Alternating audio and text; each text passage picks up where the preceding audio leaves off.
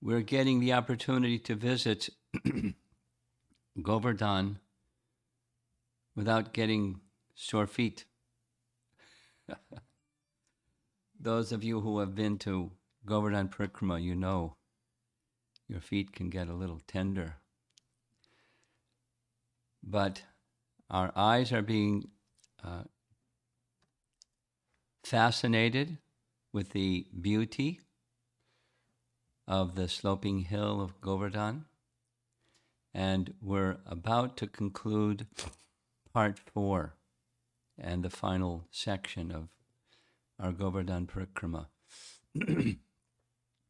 Here's a nice photograph of Govardhana Hill, stretching a great distance here and there. And now we're going to hear once again the wonderful Ashtaka prayers by Rupa Goswami.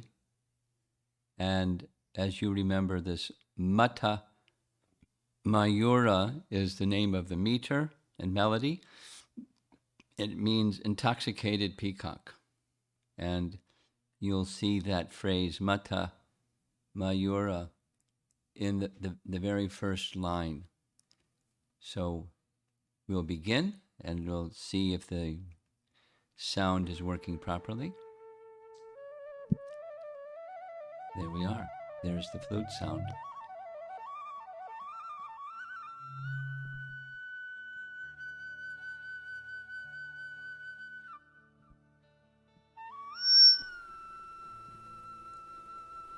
गोविन्दास्योत्तंसितवंशि क्वणितोद्यल् लास्योत्कण्ठा मत्तमयूर व्रजवीता Radha कुण्डो तुङ्गतरङ्गाङ्कुरिताङ्ग प्रत्याशां मे त्वं कुरु गोवर्धनपूर्णाम्.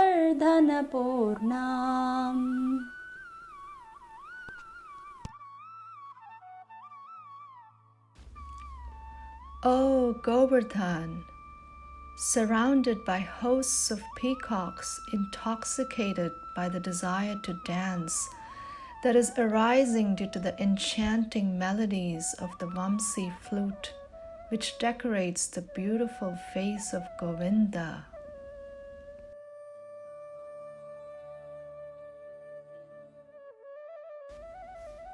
O Govardhan, whose limbs display horripilation in the form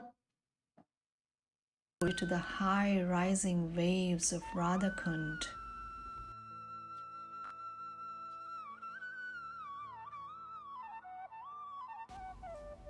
O Govardhan, please arrange the fulfillment of my desires.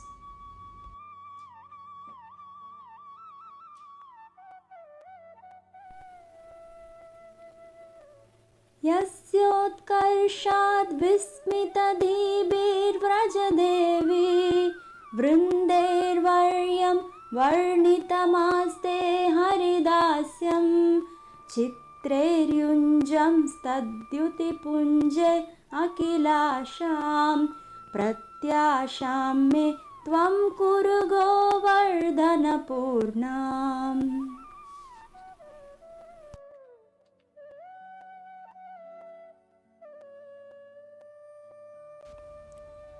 You are the one whose excellence caused the astonished groups of gopis to describe you as Haridasa Varya, the greatest among servants of Hari.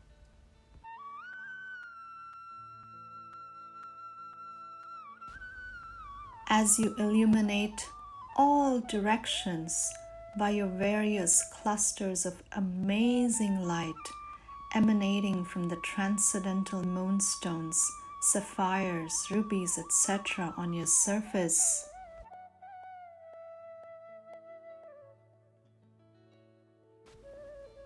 O Govardhan, please arrange the fulfillment of my desires.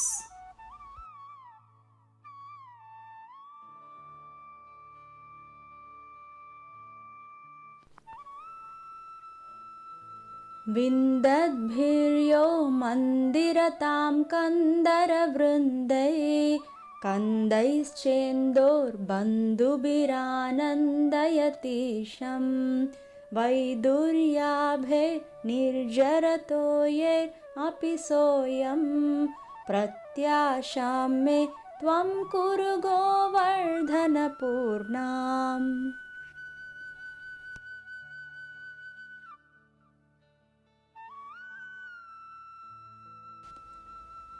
You are the one who delights the Supreme Lord through various caves that resemble jewel-bedecked temple sanctums,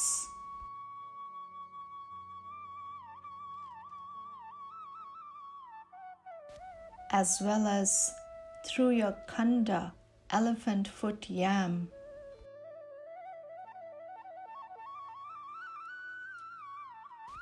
your water lilies, and also through the sparkling, clean, dark-hued waters of your waterfalls. O Govardhan, please arrange the fulfillment of my desires.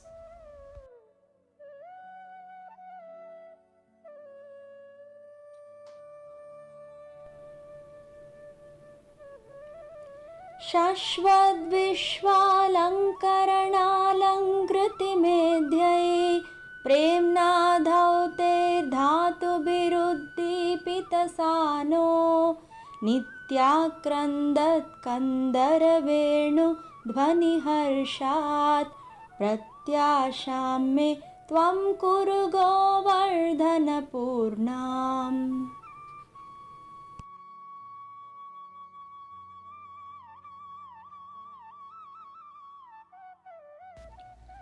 O Govardhan, whose plateaus are glowing due to your various minerals, like natural red arsenic, oxides of various colors, etc., thoroughly washed by your pure love, which constantly act as pure ornaments for Hari, the ornament of the entire universe.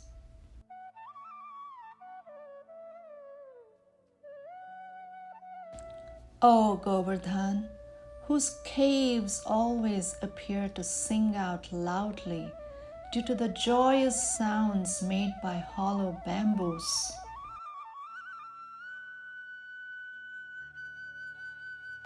O Govardhan, please arrange the fulfillment of my desires.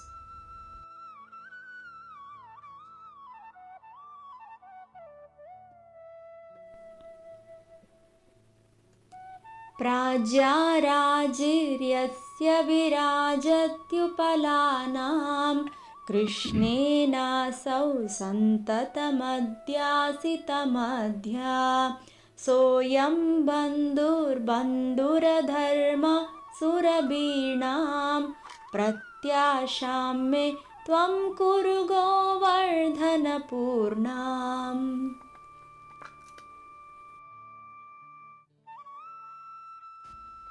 You are the one whose great multitudes of flat stones appear splendid when they're constantly used by Krishna as places for sitting.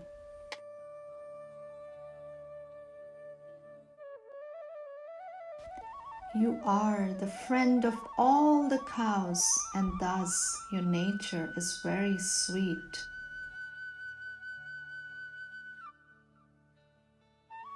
O Govardhan, please arrange the fulfillment of my desires.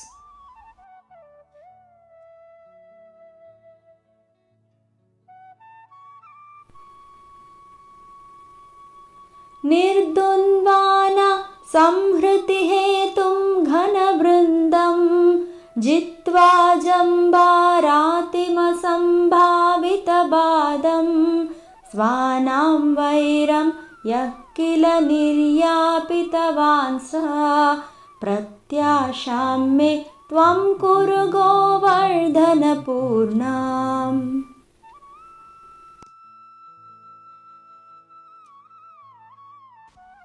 Oh, Govardhan, you are the one who certainly overpowered the destruction causing hosts of clouds. Thus, having conquered the unconquerable Indra, you are the one who calmed down the burning enmity of your mountain relatives. Oh, Govardhan, please arrange the fulfillment of my desires.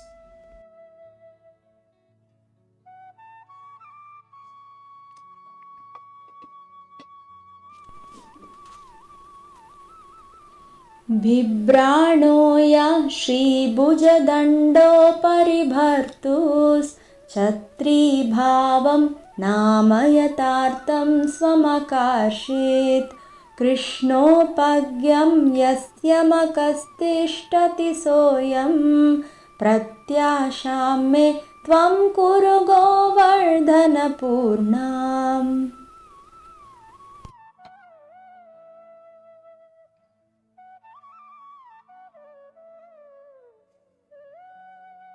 You are the one who gave true meaning to your own name as you accepted the role of an umbrella hanging over the beautiful arm of your Lord Giridhari.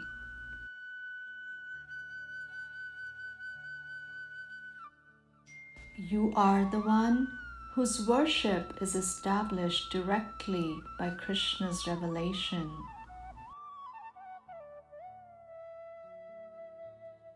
O Govardhan, please arrange the fulfillment of my desires.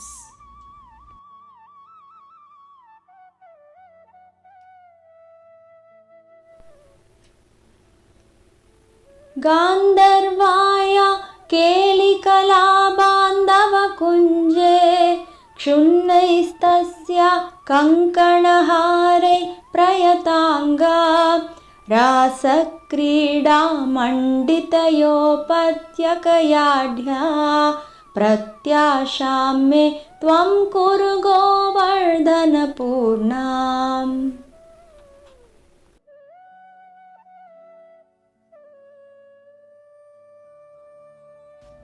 Oh, dear friend of Gandharva Radha, assisting her in the kunjas, forest bowers, in her love sports. O Govardhan, whose limbs are decorated with her fallen ornaments like bracelets and garlands.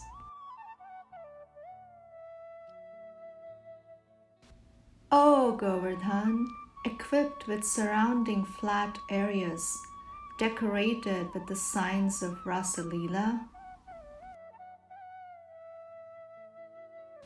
O Govardhan, please arrange the fulfillment of my desires.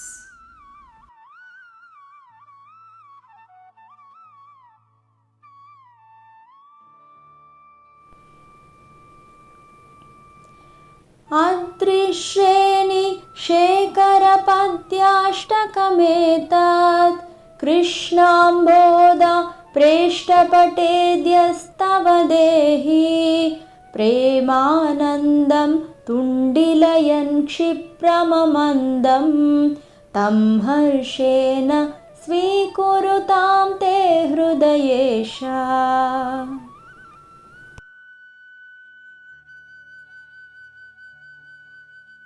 O crest jewel among all mountains, O mountain dear to the dark cloud-hued Krishna,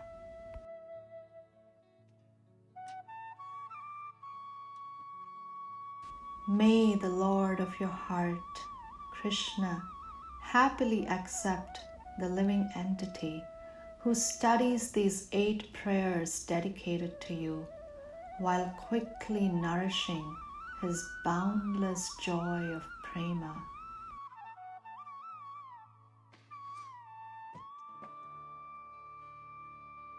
O Govardhan, please arrange the fulfillment of my desires.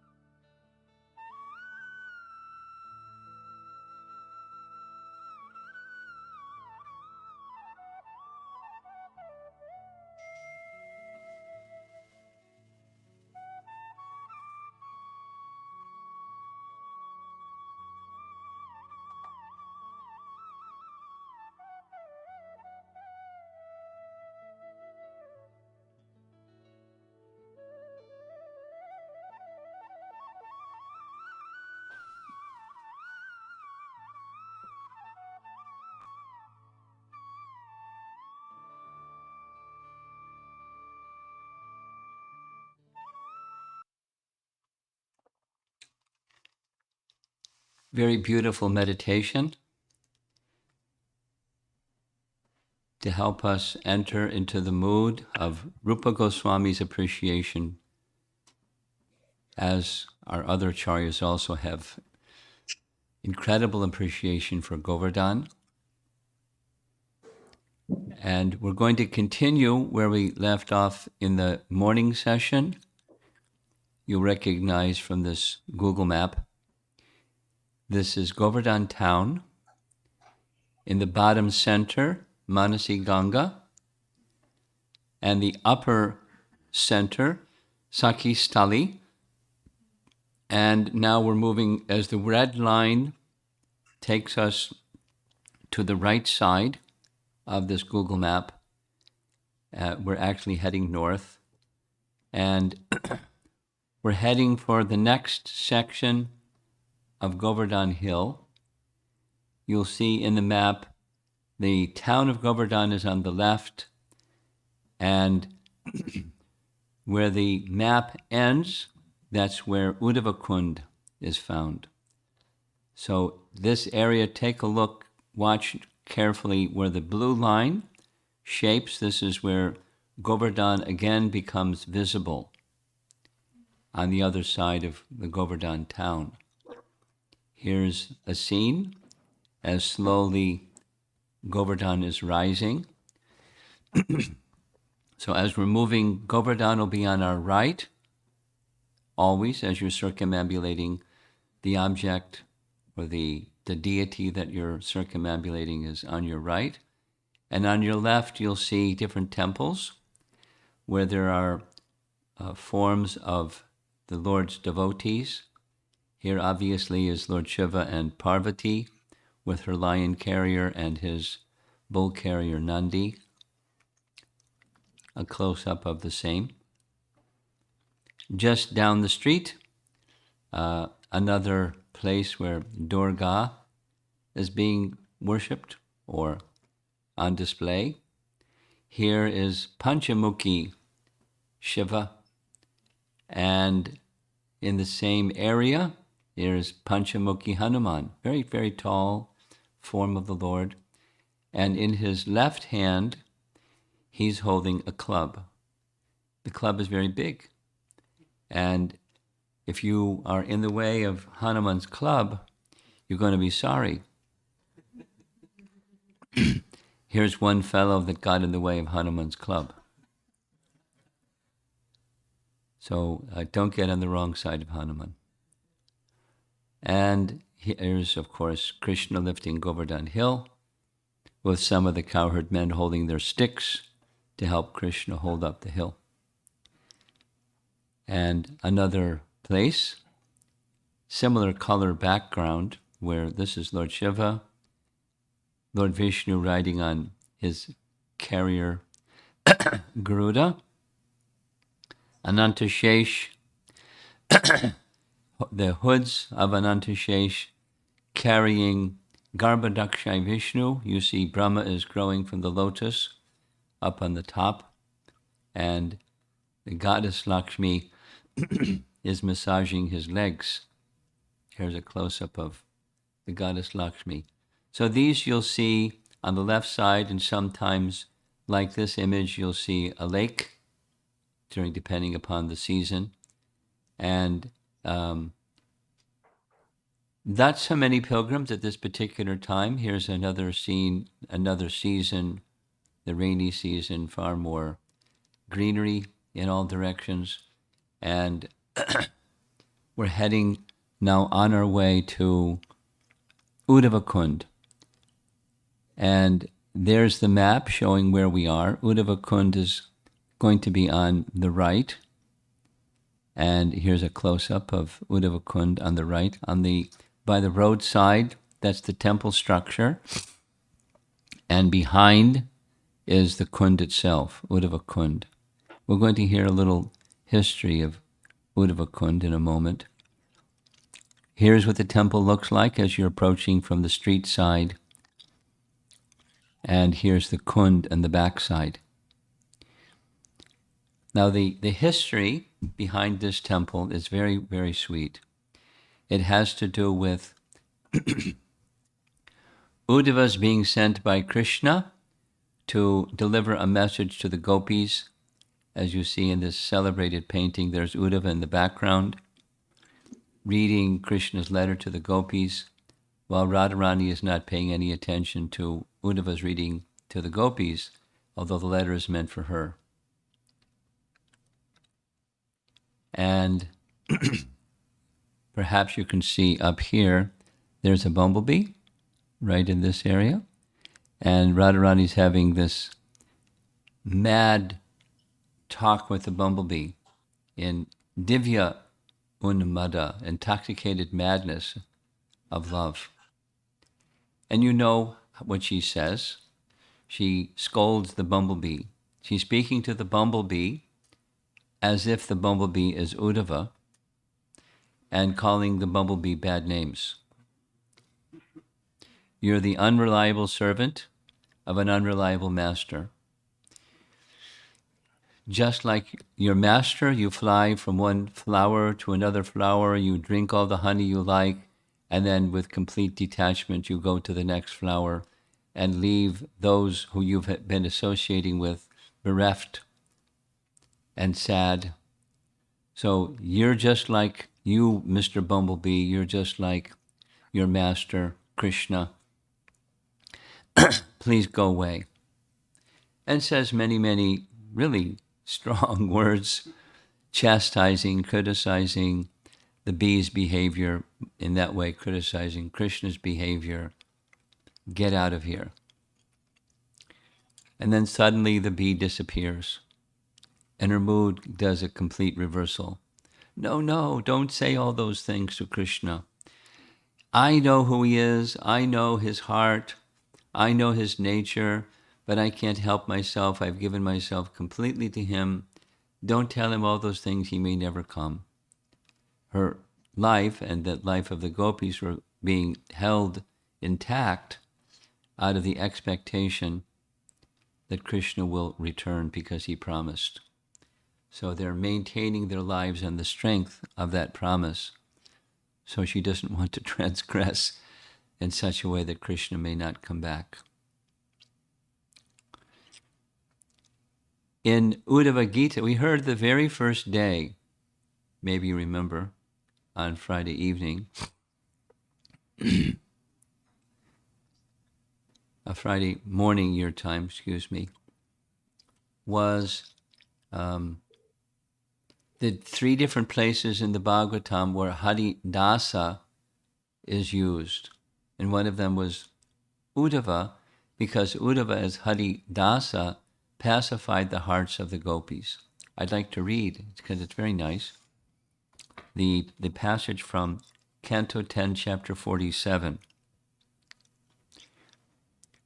Lord Krishna's messages, having relieved their fever of separation, the gopis then worshipped Uddhava, recognizing him as non-different from their Lord Krishna. Uddhava remained there for several months, dispelling the gopis' sorrow by chanting the topics of the Lord's pastimes. Thus, he brought joy to all the people of Gokula. And as he was heading back to Mathura, he was contemplating the love that the residents of Vrindavan have. As he passed by Radha Kund, he began to consider, these associates of Krishna in Vrindavan are so exalted, I wish to have the dust from their lotus feet. So he offered a prayer to Krishna that he would become a blade of grass or a creeper or a vine or some entity within Vrindavan where the dust from the feet of the gopis could touch his head and he could get their good fortune. In this way, develop the same mood as the residents of Vrindavan. And this becomes very important as we go further in this narration about Uddhava Kund.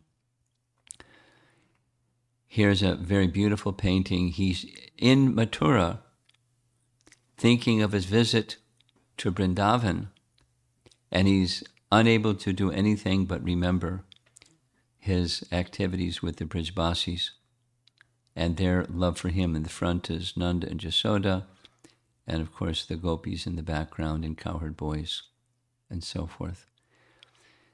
There's a further discussion about this in Padma Purana, and there's a section of Padma Purana, the Bhagavad Mahatmya, Srimad Bhagavad Mahatmya section, chapter 3, where the following explanation is given. It's very nice. Where before Krishna departed in Dwarka, Daruka, his chariot driver, visited Krishna at the very place where Krishna departed. And Krishna gave him an instruction. 2 instructions. Tell the Yadu dynasty members in Dwarka that the rest of the dynasty members have been destroyed. It's bad news, but carry them that news so that they know. And the second instruction was they should leave Dwarka immediately, because within 7 days, the city of Dwarka is going to be covered with water. So for their own preservation, they should go to the capital of New Hastinapur, or Hastinapur, and take shelter there under the protection of Parikshit Maharaj. Arjuna took the service of escorting the queens from Dwarka to Hastinapur. We have some story that, or narration, that Arjuna was defeated. He told this in the first canto Bhagavatam. He was defeated by cowherdmen as he was trying to protect the queens. Eventually he made it to Hastinapur, and Hastinapur was at that time ruled by Maharaj Parikshit. Maharaj Parikshit had arranged for the great-grandson of Krishna, namely Vajranabh, to be in charge of Mathura. So the queens were sent to Mathura under the protection of Maharaj Parikshit.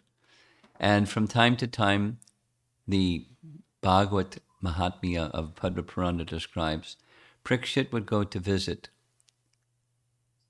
Vajranabh from time to time and discuss pastimes of Krishna. And in the course of his visiting, he could see visibly that the queens, 16,000 queens, were in terrible distress in separation from Krishna, except for one. And that one, her name was Kalindi, one of Krishna's queens. So Bhagavad Mahatmya says, Maharaj Parikshit and Vajranabh inquired from Kalindi, how is it possible that you're remaining so peaceful and calm? And she explained, I want to read because it's really very nice. Kalindi said, Srimati Radharani is practically the soul of our beloved husband, Sri Krishna. I constantly remember her and engage in her service, dedicating whatever I do at her lotus feet, and therefore no suffering can touch me. All of you, queens, are all intimately connected with her. Many of you are even expansions of her, but somehow, in separation from Krishna, you have forgotten this fact, and this forgetfulness has caused the pain you're feeling. A similar thing happened when Krishna left Vrindavan. The gopis became overwhelmed with their feelings of separation from Krishna, while actually they were not really separated from him. Theirs was a type of reflection of separation, and when Uddhava came and consoled them, as you see in this nice painting, their pain was extinguished.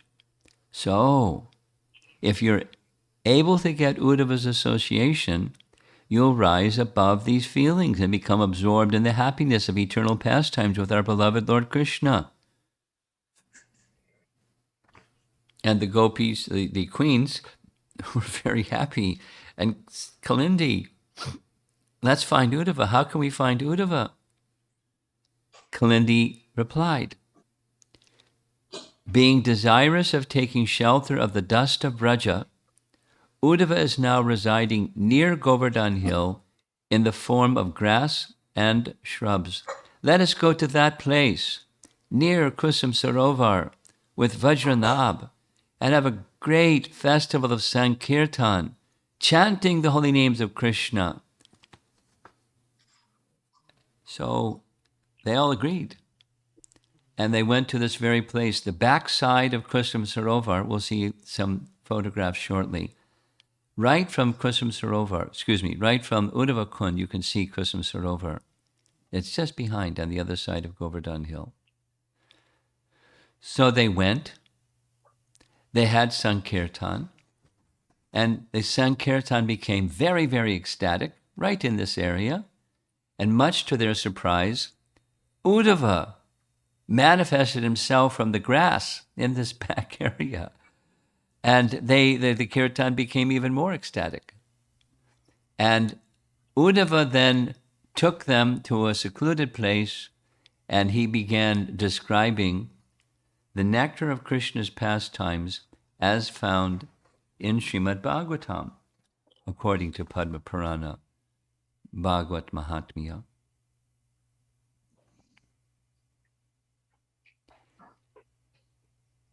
Uddhava explained, although Krishna eternally enjoys pastimes in Vrindavan, his beloved gopis were afflicted by feelings of separation.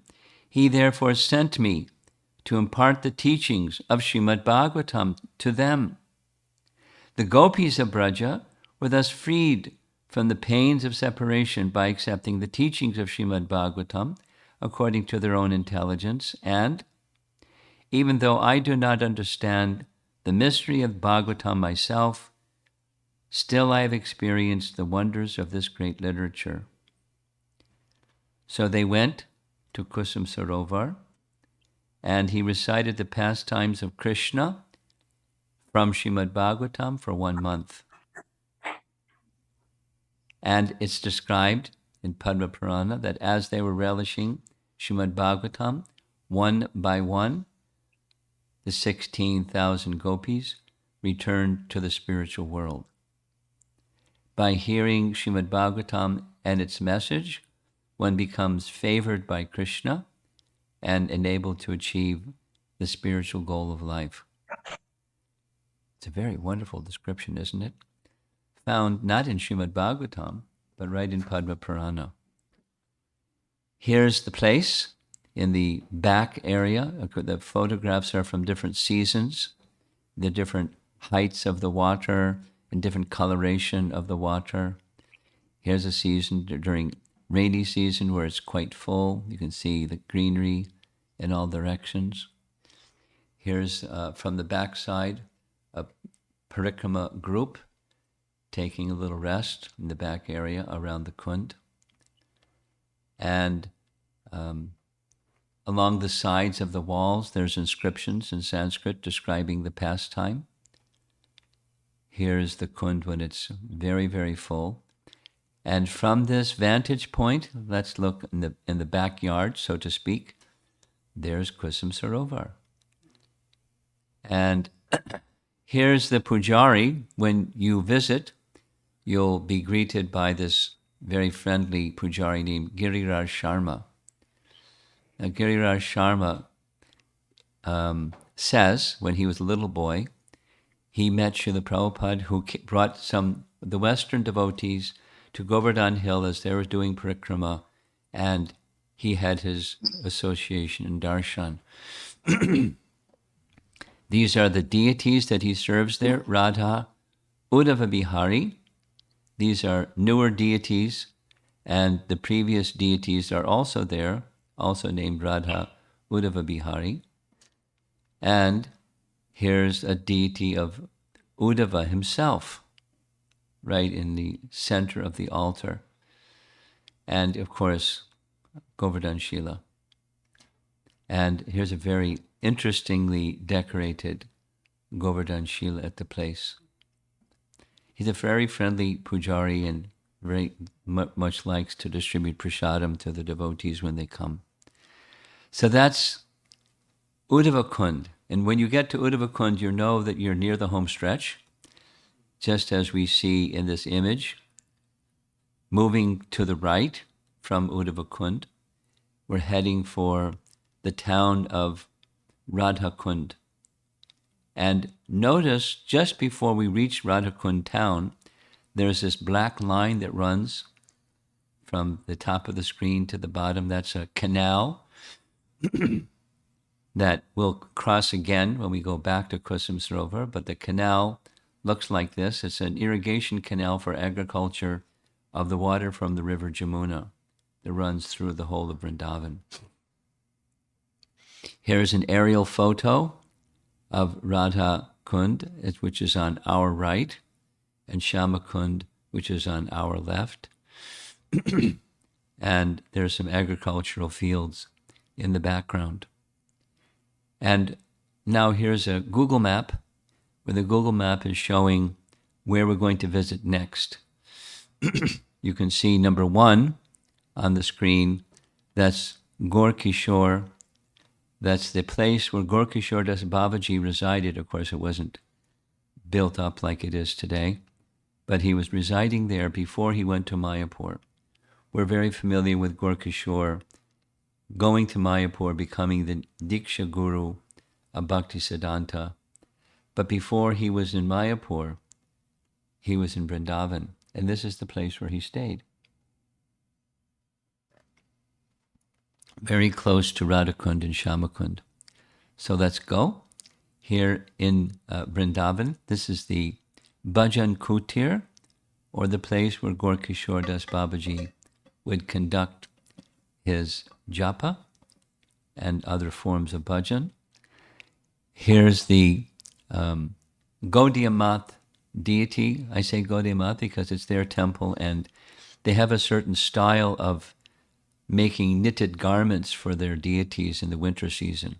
This is one of those woolen knitted garments. Radha Kunja Bihari. Notice it's the same name as the deities that are in the headquarters in Mayapur. Radha Kunja Bihari. So we're going from there to Radha Kund, which is the square-shaped Kund, number 2. We're going to come to that first. And then to Shyama Kund, and we're going to do a little circumambulation around. Here's a very, very old photo showing what Radha Kund looked like before it was so developed like it is today. Very beautiful, very serene, very attractive. During a different season, another photograph. If you look in the lower left corner, you'll see a structure sticking out into Radha Kund, and that's the sitting place of Janava, so you get your bearings. We'll see that many times. And in between the two kunds is called the Sangam, the connecting walkway between the two kunds. We'll see many times as we're going forward. Here's an artist's depiction of the transcendental affairs of Radha and Krishna, like a lotus, where they engaged in many, many pastimes in this most sacred place of Radha Kund. We know from Rupa Goswami's Nectar of Instruction how very special is Radha Kund. Now, here is the first darshan we get of Radha Kund. Pilgrims enter and take some water from Radha Kund in this place. And in the background, in the center, you see that blue building, or wall that's painted blue, sticking out into Radha Kund. That's the sitting place of Janava, a celebrated place. There's a green tree during different seasons. It's casting shade over where the place where Janava would sit. That white structure underneath the tree, that's a little structure she could sit inside and meditate upon the pastimes of Radha and Krishna seated there. And that blue building, and stretching to our right a bit, that's where the Radha Gopinath temple is. You have to reach her sitting place. You can go there, but to reach the sitting place, you have to walk through the temple compound area of Radha Gopinath and the Samadhi of Raghunath Das Goswami. We'll visit there shortly. Here is Vishwanath Chakravarti Thakur describing. Radha Kund and Shyama Kund are Govardhan's two love-filled eyes. The eyes of the peacock, right? They are two great floods of the nectar of beauty. They are two great oceans of splendor. They are two beautiful roots from which sweet devotional service grows. There's the Sangam in the center of the picture. Water is very high at this time of the year. They are two jewel mines of love. They are two seeds from which grow the jewel vines of transcendental pastimes. How did they become two splendid and nectar-sweet lakes? By seeing these two lakes, Radha and Krishna believe they are present in them. It is as if they directly see each other there. The wise say that by approaching these lakes, one directly approaches Radha and Krishna.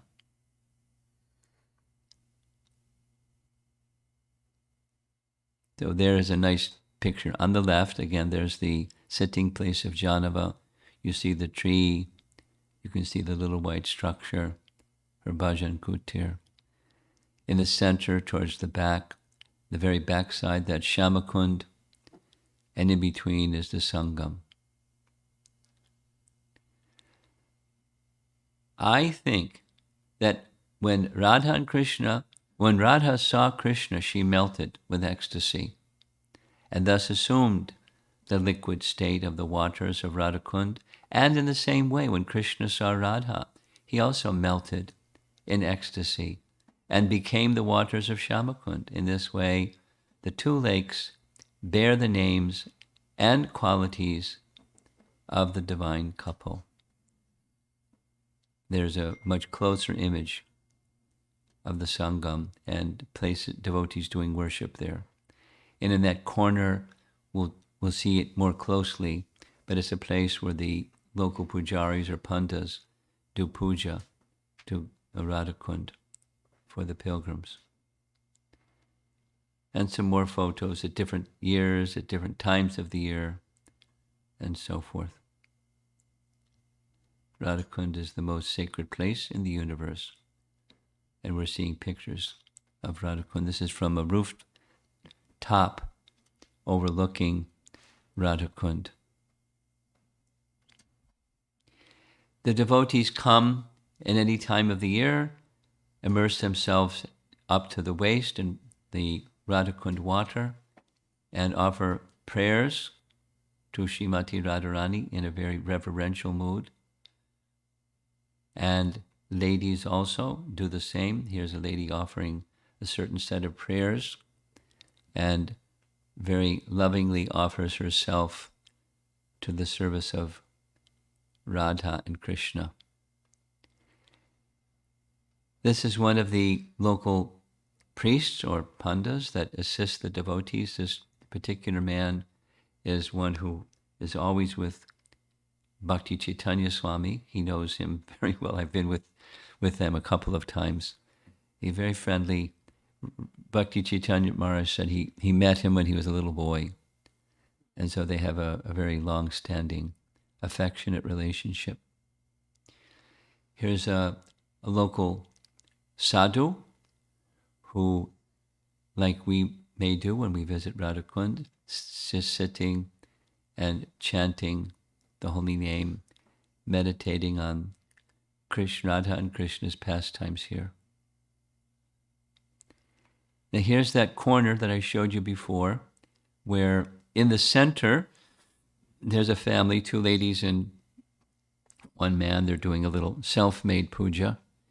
And to our left is another pujari with his water up to his ankles, and he's arranging a puja. His puja of Radha Kund is worshipping Radharani.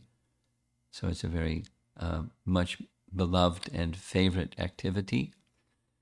This man here, he looks like a pujari, but he's not. He's a sadhu, and he's also having one of the local pandas arrange worship of Radharani by worship of Radha Kund. In the marketplace, they have a nice supply of whatever you need for your worship. And in case there's need of bangles, they'll take care of you gladly at one of the local bangle shops. Here's one of the local residents checking out some special little berry he found. And another green parrot right here by the side of Radha Kund. And shops that sell sweets. Looks like here they're making rubbery. And the bird there is really eager to get some remnants. You'll find many elder ladies, widows, who are passing the final years and days of their life by Radha Kund, praying deeply for the mercy of Srimati Radharani. Here's a typical photograph of the Parikrama Path that you'll see during different times of the day and different seasons of the year, sometimes totally filled with many, many, many pilgrims passing along, circumambulating Radha Kund and Shama Kund. And that's what we're going to do right now. We're going to visit just 8 places.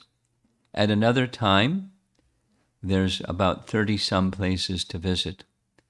And in a more detailed fashion here, because time is less, we're going to make a very quick visit to these places. You see the little marker. Here we're going to be visiting number 1.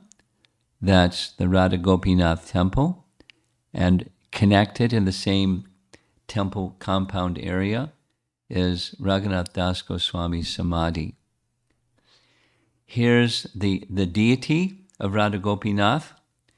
The description found in Bhakti Ratnakar is that Janava, who is the eternal consort of Lord Nityananda, she remained on earth after he departed, and she had a very strong desire to visit Vrindavan. She had been serving her husband and their village for a long, long time, and had never been to Vrindavan. She came to Vrindavan, and it was not developed like it is today. And when she came to this particular place, she turned to the devotees and said, "This is the place of Gopinath. Build a temple and worship the deity of Gopinath here." So on the order of Janava, that's exactly what they did. And here's a close-up of the deity. And Gopinath's left, or our right, that's Radha. But on our left, or Gopinath's right, that's Ananga Manjari. According to Gauragona Deshdipika, Ananga Manjari in Krishna's pastimes is Janava Devi in Lord Chaitanya's pastimes. Now, in an interesting, I don't know how to explain it, it also mentions when discussing Gopal Bhatta Goswami that he is Ananga Manjari. So somehow there's a connection between the two. These deities are not the original deities. They're Pratibhu deities. The Gopinath deity is now in Jaipur. And here's a close-up of Radha, Gopinath. Very beautiful deity, yes? And in the same compound, as you see, number 2, up top, this is the place where Raghunath Das Goswami Samadhi is located, where we know Raghunath Das, one of the things that he's most celebrated for is his renunciation. And he was responsible for constructing Radha Kund, Shama Kund as we see today. What happened was when some wealthy merchant came to Vrindavan, became very attracted to Raghunath and offered him fabulous wealth. But he's so renounced. What does a renunciate need? Fabulous wealth. So he said, if you like, you can use all this wealth to construct a very nice kund for Radha Kund, Shama Kund. Under the guidance of Jiva Goswami, the plan was made, and Raghunath Das oversaw the whole plan. We'll hear some more about the original construction of Radha Kund, Shama Kund in about 5 minutes. This is the place where his samadhi is established. In the same temple area, on one side is his samadhi, the other side is Radha Gopinath altar. Inside that cone-shaped structure, this is actually where his samadhi is. And you can see this nice painting that's right in the front area. We're going to see a closer picture of this painting. Is actually the better visual painting is this one that shows 2 pastimes in one. The one that's in this painting by his altar just shows 2 tigers. And it is said that he was so absorbed in his japa by the side of Radha Kund that he didn't even notice 2 tigers came and were drinking water from Radha Kund. But Sanatan Goswami saw, and he disapproved. Why are you making Krishna protect you? You should take service from Krishna? Is this right? You should build a bhajan kutir. And he didn't do that. And another pastime is depicted where in the heat of the summer sun, and those who have been to Vrindavan know it becomes very hot in the summer, his body was baking. So Radharani personally came and extended her upper garment to block the sun from burning the body of Raghunath Das. And when the midday sun subsided, she removed her upper garment and went away. And Sanatan Goswami said, that's it. You're supposed to serve Radharani, and you're having Radharani serve you.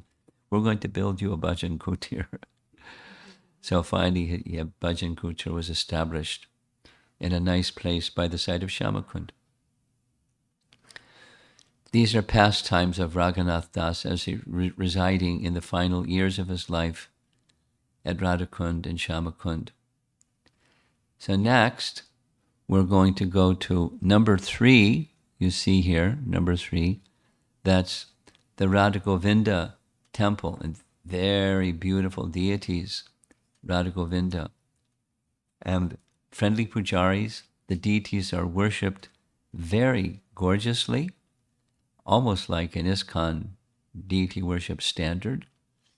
It's very well done.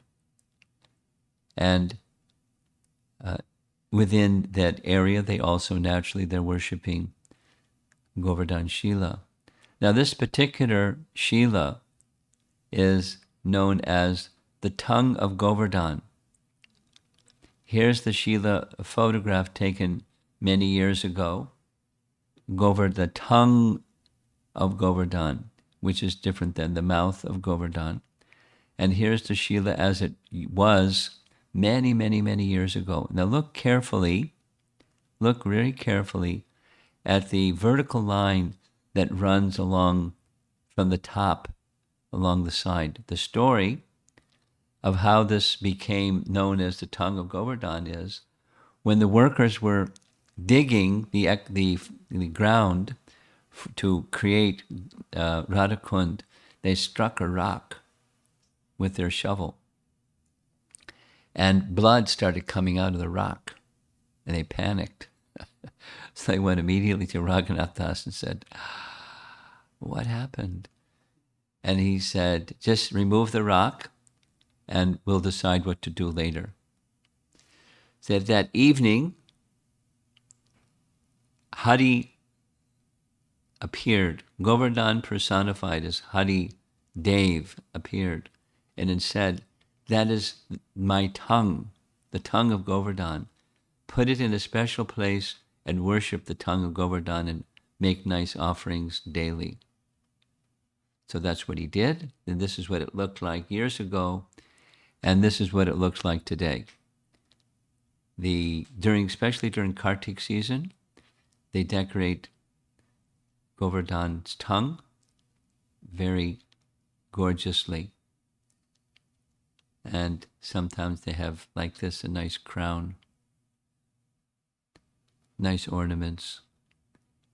And it's just by the side of the Radha Govinda temple. So when you visit the Radha Govinda temple, be sure to see the tongue of Govardhan. Okay, continuing on. We're going now over here, number 4. This is the Jagannath temple. Here's what the outside of the temple looks like. The temple entrance is on our left. And as you go inside, this is the Jagannath deities. You remember on the very first day, we showed some maps and said that there's a certain Baba, who, Sarup Das Baba, who is the Pujari. He was previously an engineer, and he had this calling from within his heart to go to Vrindavan and establish a temple of Jagannath, which he did. And he, in course of time, made a pilgrim's guide for the places around Govardhan and made maps, and is a very friendly and intelligent personality, very devoted to Lord Jagannath naturally. So that's the Jagannath temple, which I'm sure you'll visit when you go to Radha Kund and Shama Kund. Now we're going to number 5, which is on the map, where the temple of Radha Damodar is, of Jiva Goswami. Here's the entrance outside. You can see outside on the left and the right, there's samadhis of some of the local sadhus. And inside, this is the courtyard and the temple compound, the mandap area. On the far right, you'll see 2 doors. One is the sitting place of Jiva Goswami, and next to that is the temple of Jiva Goswami. These deities were worshipped by Jiva Goswami, Radha Damodar, not the original Radha Damodar that are in Vrindavan town. They're now in Jaipur. They're very special deities, and of course, a Govardhan Shila. And in the back area, the courtyard of the back area of the Jiva Goswami temple, Radha Damodar temple, is Shamakund. Look in the back, you see that blue structure, that's the Sangam. That gives you an idea of where we are. And now, moving right along, we're going from the Jiva Goswami or Radha Damodar temple, number 5, we're going to Lalita Kund. Notice there's a lot of water in the backside of Lalita Kund. And this Lalita Kund area, it used to be all 8 Sakis had their kunds. Today, it's just now Lalita Kund, this area depicted here. And there's a nice illustration that's depicting the water sport pastimes that Krishna and the gopis would perform at this place. Here's another nice painting of Lalita Devi herself making offerings to the Supreme Lord and Radharani. When you go to Radha Kund, you'll find many personalities selling japa beads and neck beads and anything that's tulsi. And just as a little hint, if you want to purchase some, get a local person to go and purchase them. Because if you go in your ISKCON outfit, the price goes up about 10 times. That's how merchants work. And here's a close-up of some of the beads. And this says Sri Ram somehow instead of Sri Krishna. So we're moving now around the other side of Shamakund, and we're going to be visiting these two places, number 7 and number 8. Number 7 is the sitting place of Chaitanya Mahaprabhu, and we can see this is the backside of the sitting place, on the far backside, because this is Shamakund itself. This is what you see from the sitting place.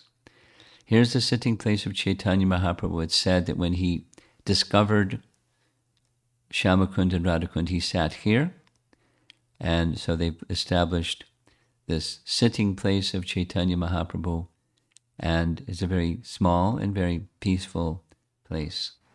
And they lots of nice place for Sankirtan. And moving along to the next, this is the Madan Mohan temple of Sanatan Goswami when he stayed in Vrindavan at Radha Kund and Shamakund. This was his place. The doorway that we see here, this is the entrance to his sitting place where he would sit and perform his chanting. And just to the right is the temple itself of the Madan Mohan temple, Madan Mohan deities. Nicely worshipped. Here's a close-up of the Madan Mohan deity and Madan Mohan himself. And some of the Shalagram Shilas that go along with the deity worship. One very nice pastime that you probably have, many of you have heard before. It's in relation to the writings of Rupa Goswami. The relationship between Rupa and Sanatan, although they were brothers, Sanatan was the elder brother, so Rupa always looked up to his elder brother Sanatan, and as he was writing things, he would show them to Sanatan for his recommendation and approval. And one particular passage, Sanatan Goswami took exception to Rupa Goswami's using a description of the braid of Radharani dangling like a serpent down her back. He thought that's not so appropriate, calling the braid of Radharani a serpent. But he didn't say anything. And Rupa said, when I come back again, I'll take your advice. So that afternoon when he went to take his bath at Shamakund, he was looking across the Kund, and there's a set of steps you'll notice when you go there. And it's from the other side. The steps are right by where the Bhajan Kutir of Krishnadas Kaviraj and the Bhajan Kutir of Raghunath Das Goswami. It's a special place where the gopis would go from time to time and have their sporting pastimes, enjoying in Shamakund. So on that particular day, Sanatan Goswami, looking across Shamakund, saw some young girls doing what young girls do, enjoying and laughing and playing. And it looked to him as if a very large serpent was calling up the back of one of the girls. So he called out loudly, "Look out, there's a serpent." And she smiled and turned, and suddenly the girls just vanished. And then he realized that was Radha and the gopis. And so when his brother came the next day, what did you think about the writings? Oh, they're very, very good. I especially like the passage about Radha's braid like a serpent. So Here's from that same place. This is the Sangam. And now we're about to complete our visit of Radha Kund and Shama Kund. Here's some nice prayers. Lord Chaitanya said, of all the gopis, Radharani is the dearmost. Similarly, the lake known as Radha Kund is very dear to the Lord because it is very dear to Srimati Radharani. Nice photograph. Just as Srimati Radharani is most dear to Lord Krishna, so her lake, known as Radha Kund, is also very dear to him. Of all the gopis, Srimati Radharani is certainly the most beloved. There's the Sangam, there's Janava's sitting place again, different season. In that lake, Lord Krishna and Srimati Radharani used to sport daily in the water and have rasa dance on the bank. Indeed, Lord Krishna gives ecstatic love to that, like that of Srimati Radharani, to whoever bathes in that lake even once in his life. So devotees, let's go. Now sometimes the question is there, is it okay to bathe? And the okay to bathe answer is you get permission from your spiritual master, and by entering into Radha Kund, be extremely reverential, like we saw those photographs of that man and that lady. It's not a place of sporting and playing and swimming. It's a place of deep reverential devotion. And in that mood, one may enter and get this mercy. Now, yesterday, in the morning class, your Sunday morning class, there was some images shown of different places where Krishna performed rasa dance.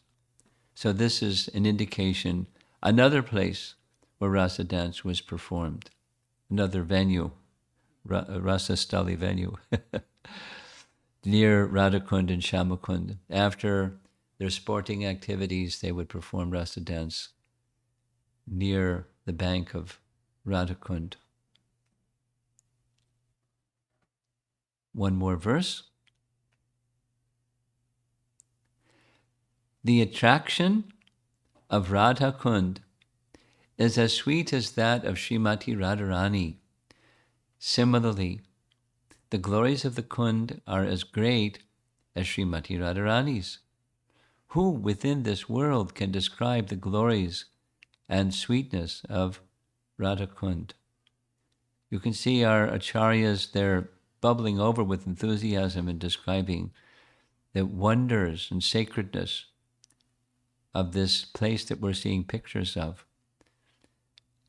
So may we get the opportunity to visit Radha Kund. Let's see, the sooner the better. If Mr. Pandemic moves over, we'll be able to go. Here's a local resident who lives 24/7 in Radha Kund. And at the end of his lifetime, you know where he's going. Because no offenses, in the position of a turtle, he's going back to Godhead. But we can make offenses, so we shouldn't aspire to become a turtle. We should aspire to go back to Godhead through offenseless devotional service. And we're nearly done. We're now making a turn, going back to where we started at Kusum Sarovar. You see the red line moving to the left of the screen, and we're again going to cross that black line. That's the canal, the irrigation canal, and go visit from Radha Kund number 1 on the right side of your screen, the Yugal Sarup temple, and then Kusum Sarovar. That's where we're going. Here's the canal seen from the other side, and you see the bridge. We crossed that bridge a short while ago, coming into Radha Kund area. There's another devotee doing the Dandavats Parikrama. You'll see a lot of this. It's quite amazing. Now, normally it's just one rock. And then, so the procedure is you reach your hand out and place the rock on the ground, then stand up.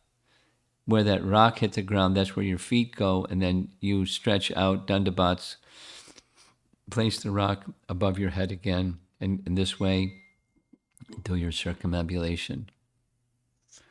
I know Brajabihari, some of you know him. He did Dandavats Parikrama around Vrindavan town. A few hours a day, and it took him a few months. And he said it was quite an experience of purification and becoming humbled and submitting oneself to the dust of Vrindavan and hear the glories of Govardhana. So here's, as we're moving along, Radha Kund Yugal Sarup Temple. It's a very large temple. You'll see it on the right as you're walking along the Parikrama Path. Govardhana Hill is on our left. Here's the outside of the temple, very old structure. And when you go inside, or if you go inside, you'll meet the pujari. And his name is Yasodanandana Das. And when you get to meet him, you'll find out he's a disciple of Jayapataka Swami. He's wearing our standard tilak, of course, some additional neck beads. And here's the deity of Radha Kund Yugal Sarup. Now notice in the lower right corner, who's that a picture of? Radha Madhava in Mayapur. So after finding this out, I wrote to Jayapataka Maharaj and said, "You're everywhere. You're like Super Soul. Your kindness has been extended to so many living entities." Now, finally, there's Kusum Sarovar. You'll see there in number 3. You've seen this image the very first day. Kusum Sarovar is that number 1, and behind is the structure, the architectural structure. That's the memorial structure. Number 3, that's the Uddhava temple. Number 4, by the roadside, that's the Ban Bihari temple. We visited there. And number 5 up in the upper left corner, that's Radha Kund. So we visited to all these places, and now we're completing our Govardhana Parikrama. Here's an aerial view of the memorial structure and the Kund to our right. Look in the background, and what do you see? You see the Uddhava temple, that spire there in the back. And the sun is now setting, so the light in the sky is becoming less. And some very, very beautiful photographs of the evening sky by the side of Kusum Sarovar. And we've now completed our Govardhana Parikrama by the mercy of our founder Acharya and the previous Acharyas, and of course, Govardhana himself. Giri Govardhan ki jai. So that's it for our evening class, the final portion of the Govardhana Parikrama. And let's see if all of you have some points you'd like to discuss for our conclusion.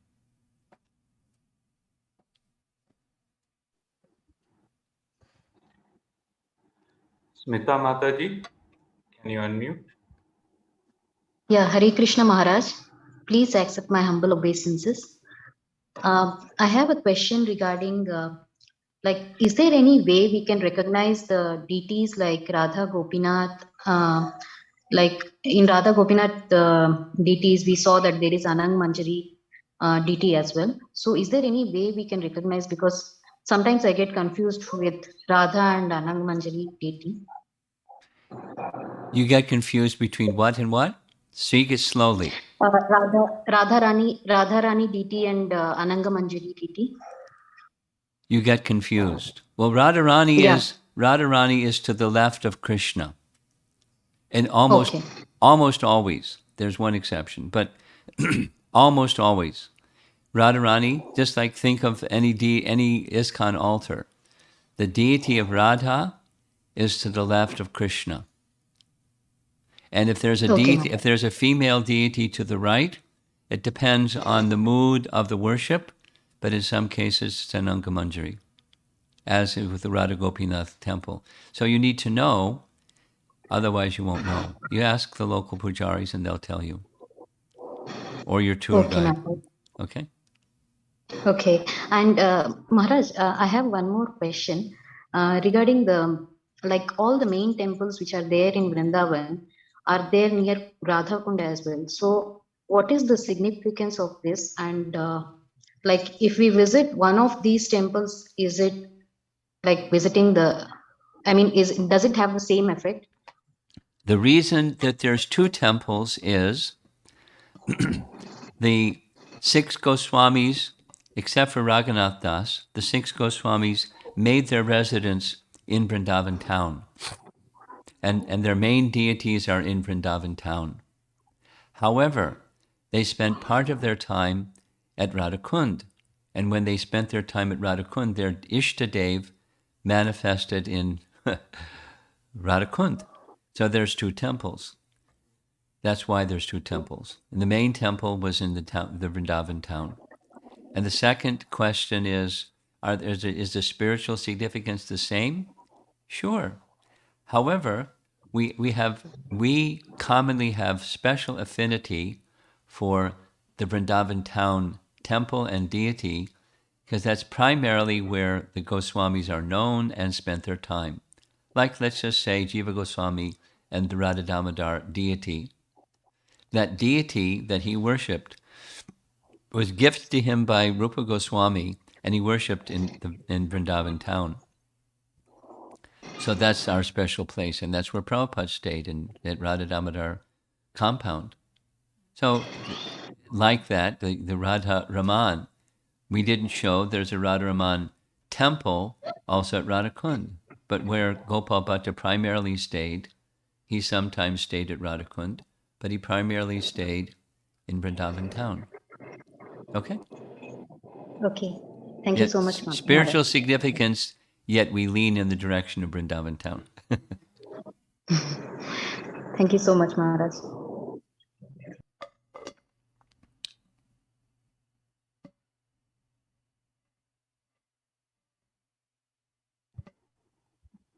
Maharaj, so in the Govardhana Deepika, we see that you mentioned that Janava Mata is Anangamanjari in Vrindavan Tila, and you also mentioned that Gopal Bhatta Goswami is also mentioned as Anangamanjari. And I also mentioned that don't ask me to explain it.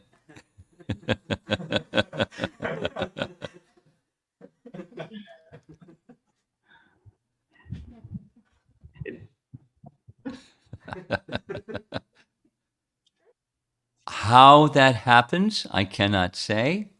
We have examples where, like, let's just say,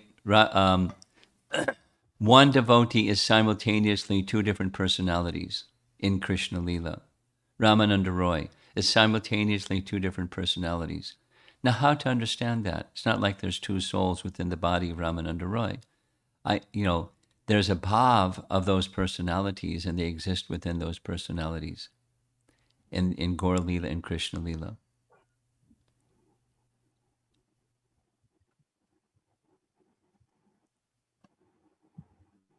Thank you. It's not that Any other questions? the souls don't split. That's, we know from Bhagavad Gita ABC, souls don't become. They're eternally existing. They don't split into two souls, one over here and one over there.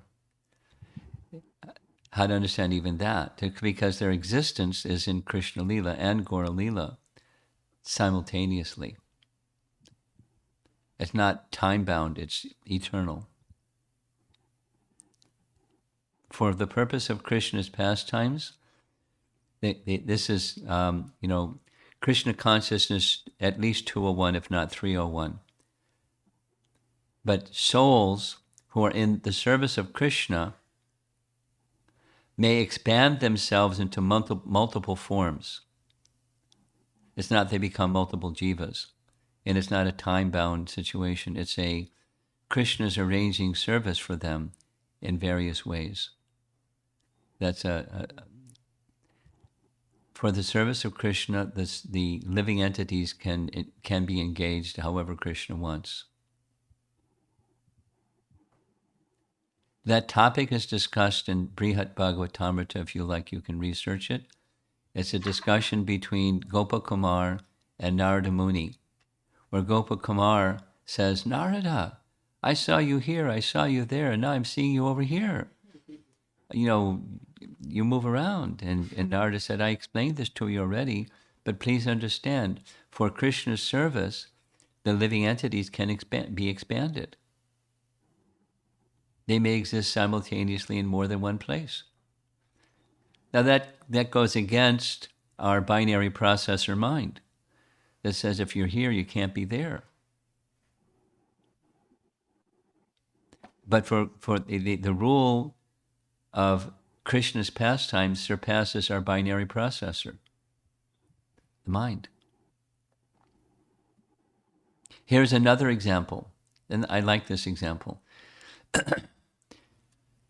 In Juhu, in one morning walk, you can find it in the conversations, morning walk transcriptions. Giriraj Maharaj asked Prabhupada a very direct question. It is said that Krishna's pastimes are continually going on in some universe. So Krishna can expand himself and be simultaneously in so many universes. What about Arjuna? When Krishna is performing pastimes on earth, in another universe, that same pastime is about to be performed in another universe so are there multiple Arjunas? And Prabhupada's answer was very clearly, yes, why not? For Krishna's service. So there's a different set of rules. Don't use your binary processor yardstick to try to understand that which is beyond the standards that you otherwise have.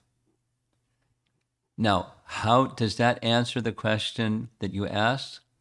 Can Janava and Gopal Bhatta Goswami simultaneously be expansions of Ananga Manjari? And for me, the answer is for Krishna's service and for Chaitanya Mahaprabhu's service, certainly. What's the technology of how that happens? I have no idea. And I don't really feel I need to know the technology of how it happens. For the Lord's transcendental service, his potencies move things in amazing ways. For me, that's sufficient. See if there's any other question. Padma Mataji?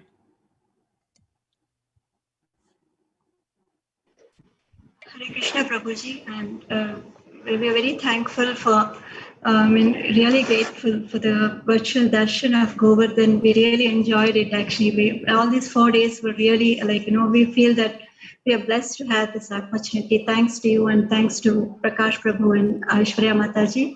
Just wanted a small clarification because many of us, for some other reason, physically are unable to visit Govardhan or Vrindavan. But, by hearing satsangs or virtually taking a tour of Govardhan, will that give us at least a percentage of good karma of visiting the Govardhan physically? Well, it's like darshan of deities and seeing photos of those deities. And transcendentally, they're the same. But when you're standing in front of Radha Sundar in Vrindavan, your heart melts. Guaranteed. Sure. Whenever you make it to Vrindavan, you remember this, and you're standing in front of Radha Sundar, and something happens. And you don't have to wish it to happen. It happens. Well, actually, these 4 days, the same thing. We had the same feeling. Actually, we were lost in some other world. Actually, so I just wanted to know. I mean, we tried few times, but we could not visit. So we are really grateful to you. Yeah. Well, the sound vibration and the visuals together create an experience that moves the heart. If one has to some degree an open heart, even to a modest degree an open heart, and hearing these narrations, supposing we didn't have the images, just hearing the narrations, they're wonderful. You add the visual, the photographs, and many paintings of the pastimes, and it adds to the experience. That impression will be there. I recommend, if you don't mind, when this song, the Ashtaka of Rupa Goswami, is circulated, you hear it and see the images, and probably the same thing will happen to many of you as happened to me. During the course of the day, or first thing when you wake up in the morning, the melody is playing in your mind. The impression goes in. Even children, just hearing, seeing, it's powerful sound vibration. It's awakening of our original Krishna consciousness, and it makes you want to go there. And when you go there, you want to stay. You want to stay. You know that T-shirt, "I left my heart in Vrindavan." That happens. You don't have to wish it to happen. It happens. It steals your heart. So I've been enjoying this as you have been enjoying this. Thank you, Prabhuji. Hare Krishna.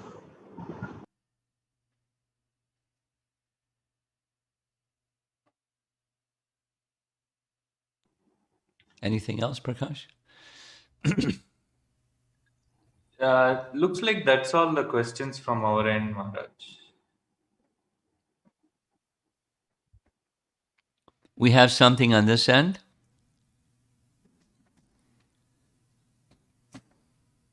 Maharaj, ideally, it would be best to go for the Parikrama with Yatra with you.